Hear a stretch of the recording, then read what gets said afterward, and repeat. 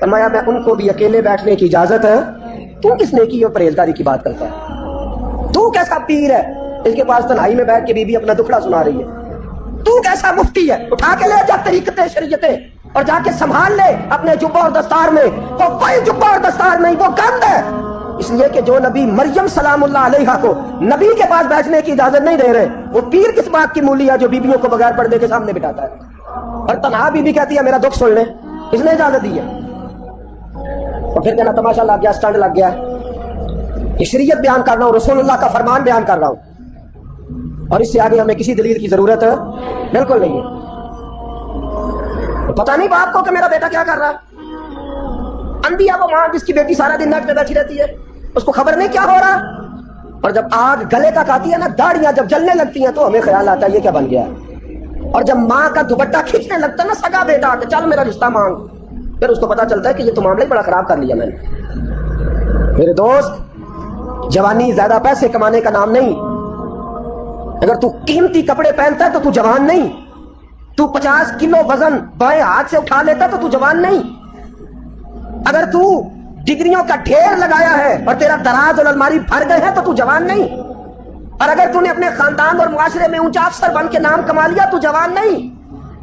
جوان اس کو کہتے ہیں جس کی جوانی پاکیزہ ہوتی ہے. جوان اس کو کہتے ہیں جس کی نظر جھکی ہوئی ہوتی ہے. جوان اس کو کہتے ہیں جو حیا کا پتلا ہو.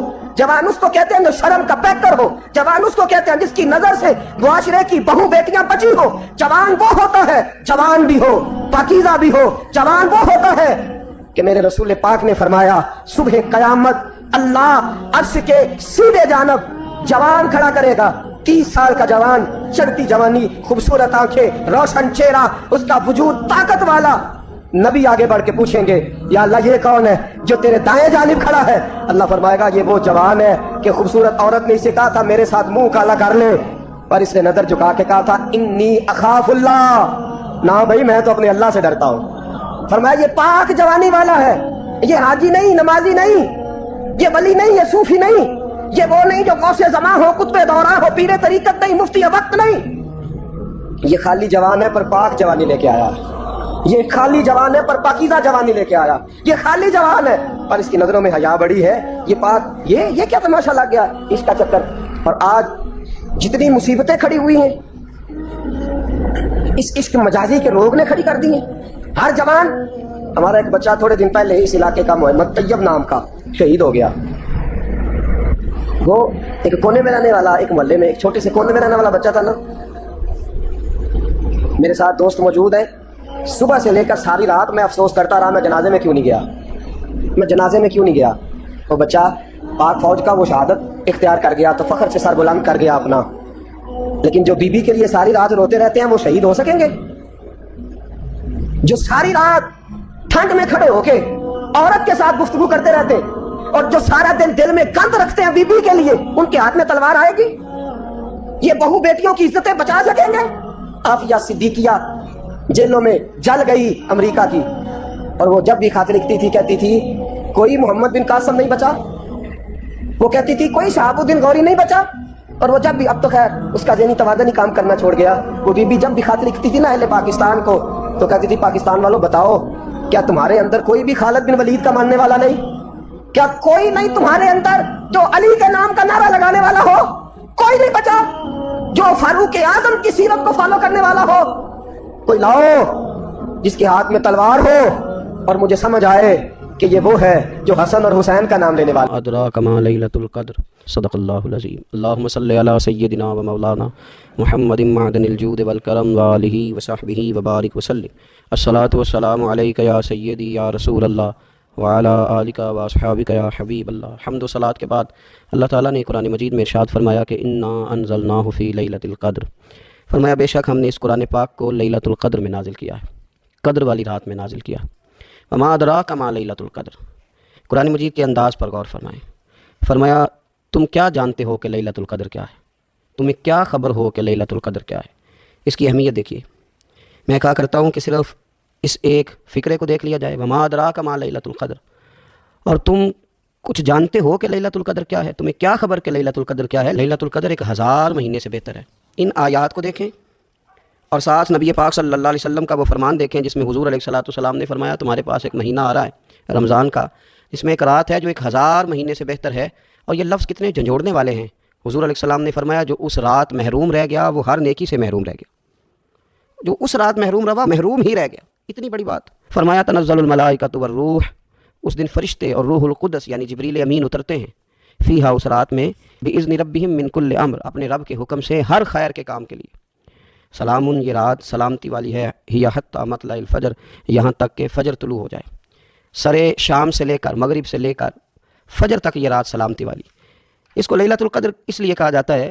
ہمارے مفسرین فرماتے ہیں کہ اس دن قدر والی کتاب قرآن پاک قدر والے محبوب پہ نازل ہوئی اور قدر والی امت کی طرف بھیجی گئی.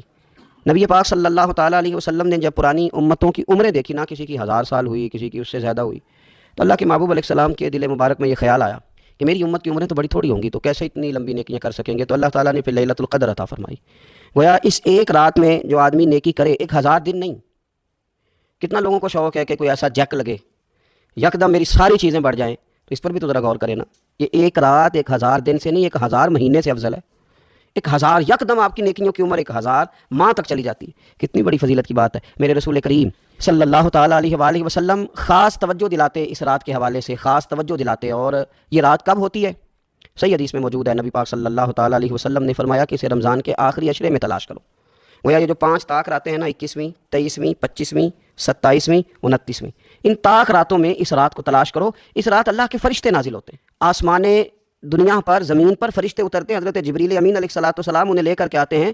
اور فرشتے کیا کرتے ہیں کہ جو بندہ اس رات اللہ کی یاد میں موجود ہو، جو بندہ اللہ تبارک و تعالیٰ کے ذکر میں موجود ہو، جو بندہ اس دن اللہ تبارک و تعالیٰ کی بارگاہ میں کسی بھی طور پر حاضر ہو، فرشتے اس کے لیے دعائے مغفرت بھی کرتے ہیں اور رب کی بارگاہ میں التجائے رحمت بھی کرتے ہیں. اور ایک روایت میں ہمیں یوں بھی ملتا ہے کہ فرشتے اسے مصافحہ بھی کرتے ہیں، ہاتھ بھی ملاتے ہیں. دیکھیے نا کتنی سعادت مندی ہے کہ انسان عبادت کر رہا ہو اور فرشتے اس کی زیارت کو آئیں. ہمارے صوفیاء فرماتے ہیں تو پکا پروگرام بنا لے عبادت کا، فرشتے کئی بار تیری زیارت کو آیا کریں گے. اور پھر ایک اور بات یہاں بڑی قابل توجہ ہے کہ انسان جب محسوس کرتا ہے نا مجھے کچھ دیکھ رہا ہے، تو ذرا اس کی عبادت کا انداز بھی تھوڑا تبدیل ہو جاتا ہے.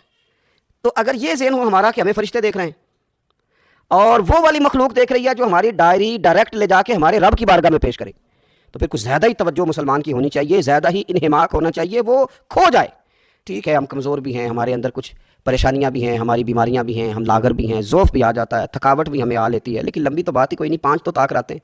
حضرت سیدہ عائشہ صدیقہ رضی اللہ تعالیٰ عنہا ارشاد فرماتی ہیں کہ جب رمضان کا آخری عشرہ شروع ہوتا تھا نا، تو نبی پاک اپنی کمر کس لیتے تھے عبادت کے لیے. خود بھی رات کو اٹھتے تھے، ہمیں بھی جگاتے تھے، کیونکہ سونے کے دن تو نہیں ہے، تو جاگنے کے دن ہے. ساون کی کالی راتوں میں جب بوندا باندی ہوتی ہے، وہ راتوں کو اٹھ اٹھ روتے ہیں جب خلقت ساری سوتی ہے. یہ رب کے بندوں کی شان ہے. اور ویسے بھی درویش کہتے ہیں کہ رات پوے تے بے درداں نو نیند پیاری آوے، درد منداں نو تے یاد سجن دی ستیاں وی آن جگاوے. تو یہ وقت ہے خاص، اس خاص وقت اس بات کی طرف ضرور توجہ کرنی چاہیے. اور یہ جو کہا گیا نا کہ فرشتے نازل ہوتے ہیں باذن ربہم من کل امر، اللہ کے حکم سے آتے ہیں اور ہر کام کے لیے، ہر امر خیر کے لیے آتے ہیں. تو اس میں بھی ہمارے مفسرین نے لکھا ہے کہ وہ تمہارے لیے پورے سال کا فیصلہ کریں گے کہ تمہیں کیا دیا جائے گا، تم کیا حاصل کرو گے اللہ تبارک و تعالیٰ کی بارگاہ سے. تو اس کا معنی یہ ہوا کہ پھر تو یہ لینے کی رات ہے. ایسا نہ ہو کہ فرشتے آئے ہوں رب کی بارگاہ سے یہ پیغام کرم ہو کہ دینا ہے اور لینے والے سو رہے ہوں، وہ آرام میں ہوں. تو یاد رکھیں خیرات اسی کے پیالے میں آتی ہے جس کا پیالہ سیدھا ہوتا ہے، اور اگر پیالہ سیدھا نہ ہو تو خیرات پھر پیالے میں نہیں آیا کرتی. تو پھر اس کو جو کہا گیا نا کہ یہ سلامتی والی ہے، تو اس میں ایک اور بات بھی ہمارے پھر مفسرین نے لکھی ہے کہ اس رات شیطان تو ویسے ہی قید ہے، اس رات بندے کا نفس بھی نہیں اسے تنگ کرتا. یہ طاق راتیں اتنی حسین ہے کہ تھوڑی سی بندہ ہمت کرے تو اللہ عبادت کے لیے اس کے دل کو قرار عطا کر دیتا ہے، اسے سکون ملتا ہے، طبیعت ٹھنڈی ہو جاتی ہے اور وہ بڑے ذوق کے ساتھ اللہ کی عبادت کرتا ہے. خوب بیداری کا مظاہرہ کریں طاق راتوں میں. میں نے رمضان سے پہلے مشورہ دیا تھا کپڑے وقت پہ خرید لو عید کے، اور وقت پہ سلا لو اور وقت پہ چیزیں لے لو. یہ جو خاص دن ہیں عبادت کے، یہ لوگوں کے بازاروں میں گزر جاتے ہیں. یہ زیادہ تر وقت ہمارا خریداری میں اور شاپنگ میں اور ایسے مہمل کاموں میں صرف ہو جاتا ہے کہ جن کی وجہ سے یہ خاص چیزیں جو ہمیں میسر آنی تھیں ان سے ہم کئی دفعہ رہ جاتے ہیں. تو اس رات کرنا کیا ہے؟ زیادہ سے زیادہ کھڑے ہو کے رب کی عبادت کریں، قرآن شریف کی تلاوت کریں، استغفار پڑھیں. سیدہ طیبہ طاہرہ حضرت عائشہ صدیقہ رضی اللہ تعالیٰ عنہا نے عرض کی یا رسول اللہ اگر مجھے یہ رات مل جائے تو کیا پڑھوں؟ تو فرمایا عائشہ تم یہ دعا مانگنا اللہم انک عفو، اے اللہ بے شک تو درگزر کرنے والا، تحب العفو، اور تو درگزر کرنے کو پسند بھی کرتا ہے، فاعف عنی، ہم سے بھی درگزر فرما، ہمارے گناہوں کو معاف فرما. یعنی اس رات اللہ سے درگزر کا سوال کریں. جو لوگوں کے سامنے اپنی خطائیں ہوتی ہیں وہ تو ویسے بیچارے ہر وقت معافی مانگتے رہتے ہیں.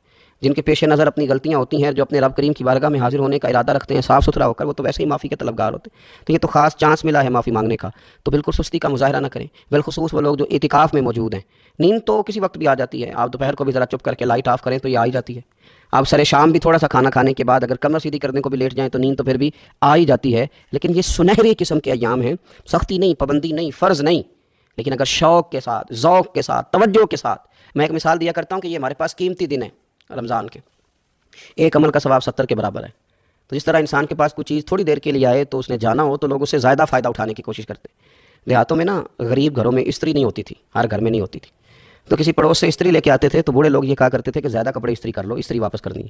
جس چیز کو واپس کرنا ہو تھوڑی دیر کے لیے ہمارے پاس ہو، اس سے زیادہ لوگ نفع لینے کی کوشش کرتے ہیں، تو یہ تو تھوڑے دن باقی رہ گئے، طاق راتیں تھوڑی رہ گئیں، زیادہ نفع لینے کی کوشش کریں۔ اللہ تعالیٰ اس سال جب فرشتے لیلۃ القدر پہ آئیں تو وہ امت مسلمہ کے لیے ایسا رحمت کا پیغام لے کے آئیں کہ دین پھر سے غالب ہو جائے، اسلام پوری دنیا کے اندر اپنے غلبے کے ساتھ سامنے آ جائے، کفر کا، ظلم کا، زیادتی کا، جبر کا ہمیشہ کے لیے خاتمہ ہو جائے۔ اور اللہ تعالیٰ اس سال لیلۃ القدر میں جن لوگوں کو معاف کرے گا، رب کریم ہم سب کے نام اس میں شامل فرمائے۔ آخر دعوانا ان الحمدللہ رب العالمین۔